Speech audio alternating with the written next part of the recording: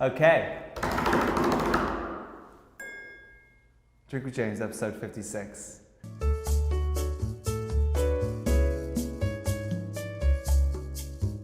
Are we gonna keep that intro? I feel like it worked.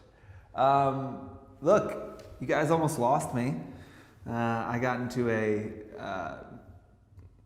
bicycle accident on Saturday, and basically it was my fault. I wasn't looking. I ran into a crackhead, went over the handlebars, took the majority of the hit to my back and hip, so I got like a bruise like this big. It's pretty gnarly. Had the helmet on, so that was good. I called my mom afterwards, and obviously I was like completely out of it. I was like slurring my speech a little bit. And she didn't actually seem to care that much. And now that I think about it, she's like, "You sound a little confused." And I was like, I think I'm okay. She was like, "All right, have a good day." Anyway, you should wear a helmet. I think that's the moral of the story. If you're gonna be on a bicycle, you should wear a helmet. We had our first city bike death in the city last week, which is upsetting since I ride city bike to work all the time. But hey, this is a show where you can get a lot of advice, not only on being an influencer, but also wear a helmet, wear sunscreen. That's a fucking no-brainer. No reason to not be layering the SPF on. What else? Dry shampoo. I don't use it, but I hear it's a lifesaver. So there you go. Those are free. Oh! So, if you're sick of seeing my face, which is kind of a dick thing to say, but if you don't want to look at me, we have a podcast, so you can just listen to Drink with James now. You go to iTunes, you search for Forecast, you click subscribe, you listen, you give us 5 stars, you send it to every friend that you've ever met in your entire life. You give us your Gmail password, we'll email everyone for you. Whatever we can do to make this more popular, you should do that. We are doing everything we can, but y'all could probably, honestly, do a little bit more. I'm a little disappointed. I hear all the time, "Oh, Drink with James is so great, I love it so much." It's like, okay, cool, if you love it so much, fucking send it to 100 friends, okay? Is that too much to ask? So we have a podcast, basically. My very slow transition into Ira Glass begins now.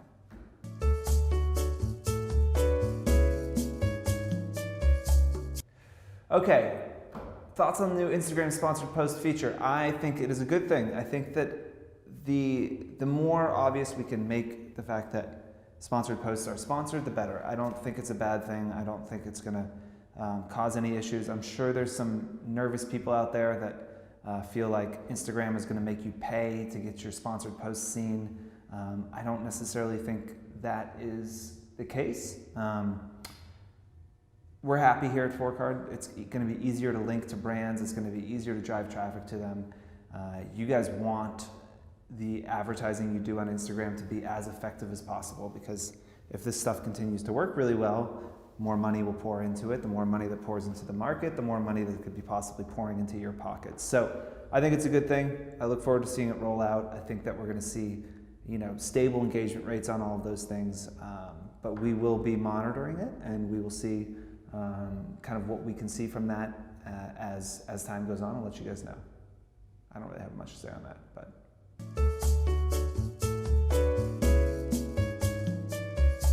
Last week we had business tips with businessman James Nord, episode 1. It wasn't actually an episode, it was a sub-episode inside of an episode. But somebody asks, if you respond within 24 hours, does it make you seem too eager? Is there such a thing as being too eager? Short answer, abso-fucking-lutely not. Like, you should be answering emails as quickly as possible. If it's 10 seconds, I think that's fine. I don't think that you can seem too eager. This isn't like, we're not in the fucking catch in the meatpacking district, like trying to pick up a date. There's no like, oh gosh, I want to seem cool. I'm going to neg this brand and see if that helps me get a deal with them. There is no eagerness in business as much as there is competency. So please respond to those emails as soon as possible. And don't worry about what it makes you look like. It makes you look fucking awesome, honestly. I know people like ForeCard want to work with you more. So Speed is paramount here. I mean, let's just speak on email because I know most of y'all do your business there. I don't think we touched on this last week, but if you don't have an answer for a brand, right? If they ask you a question or they're wondering where something is, but you don't know the answer yet, don't just like ignore that question until you have an answer. You're gonna want to just like tell them, hey, I don't have an answer, but I'm working on it. So like, let's say for instance, you've got photos due at 5 p.m. and you got a shoot planned at 3 p.m. and the photographer doesn't show up because they're sick, okay? So now you're up shit creek. You're not gonna be able to get the photos by 5 o'clock. You don't know when your photographer's gonna feel better so you can shoot them. So you don't have, one, you have to communicate bad news, and then two, you have to communicate the bad news without a solution yet. Some people will just kind of like step back and be like, well, I can ignore their emails for a day or two. They probably won't follow up at 5 o'clock when the photos are due. They'll probably follow up the next morning. I can just kind of ignore the email, hopefully get the photographer out the next day, shoot, deliver them the photos, no harm, no foul. Yet, no, there is harm and there is a foul. So what you want to do in that situation is just be like, hey, here's what's happened. My photographer's sick. I'm not going to be able to get you these images on time. I'm working to try and get them to you by tomorrow, but I can't be 100% sure that I can. I will follow up with you tomorrow by 3 p.m. to let you know whether or not I'll be able to get you images tomorrow or if it's going to be further delayed. So sorry for the inconvenience. Let me know if you have any questions. Boom. So even though you don't have an answer, even though you've disappointed them, you've potentially thrown their plans kind of for a loop, you still look better by just over communicating what's going on and trying to get bad news to them as quickly as possible. So I can't stress enough just how simple it is, but how effective it will be to just be over communicating with your clients when you're working with them on collaborations.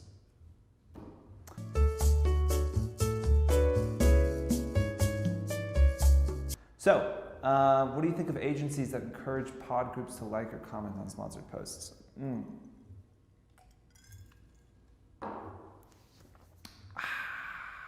It's not something we would do. Look, if your agency is like, hey, if you're in any comment pods, can you make sure that like they comment on the sponsored posts?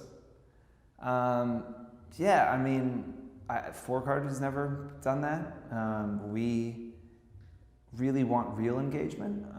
Comment pods aren't real engagement. It's a kind of a hack. It's a little bit of cheating. Is it the worst thing you can do on Instagram? No, it's not. Is it real, actual engagement that is going to benefit the brand? Absolutely not. No, it's not. It's a bunch of people saying, "Oh my God, love this, heart eyes, heart eyes, heart eyes."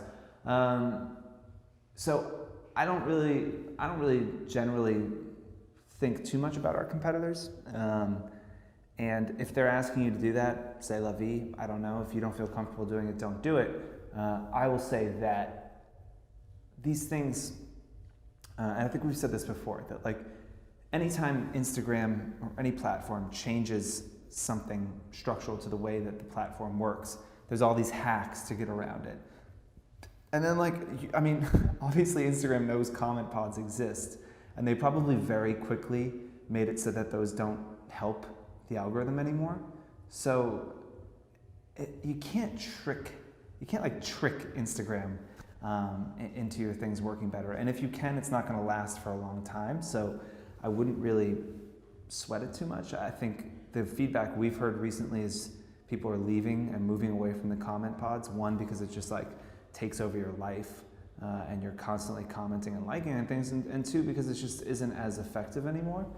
So I would really encourage you to, what we heard in the last For You from a lot of people is that they've focused on engaging with, not with random people on hashtags, but actually engaging with their existing audience, and that's really helped their engagement. So I would encourage you to do that. And, if you have a sponsored post, one, just knock it out of the fucking park and like make sure that the photo is amazing and you do a good job and you go above and beyond. We've talked about that before. If you're getting paid to do a post, you should be working harder on that post than you do on your personal posts to make sure it's really effective and it looks great. The other thing is like you should set it up in a way so that you think it's going to get a lot of engagement and engage with your audience and get them in there and get them talking. I wouldn't really focus on trying to use a comment pod effectively to boost up numbers. And if an agency is insisting that you do that and you don't feel comfortable with it, I wouldn't take the deal, because what's going to happen is that the agency is speaking on your behalf. They're going to go to the brand. The brand may not get the results they want from the campaign, and they're going to think for some reason potentially it's your fault. So never feel pressure to do something you're not comfortable with by an agency or a brand, whether it is leveraging comment pods or not being FTC compliant, because at the end of the day you will be responsible for those things. So multiple ways to listen to this. You could have watched the video, which you could be doing, but if you again haven't yet, please go and subscribe to the podcast. Remember, we hit 1,000. I'll do the intro as Ira Glass. I don't actually know that I can do an entire intro as Ira Glass, but I will certainly try if we hit that number. And keep the questions coming. More questions the merrier. This world's changing all the time, and we will try and answer the questions you have. Cheers.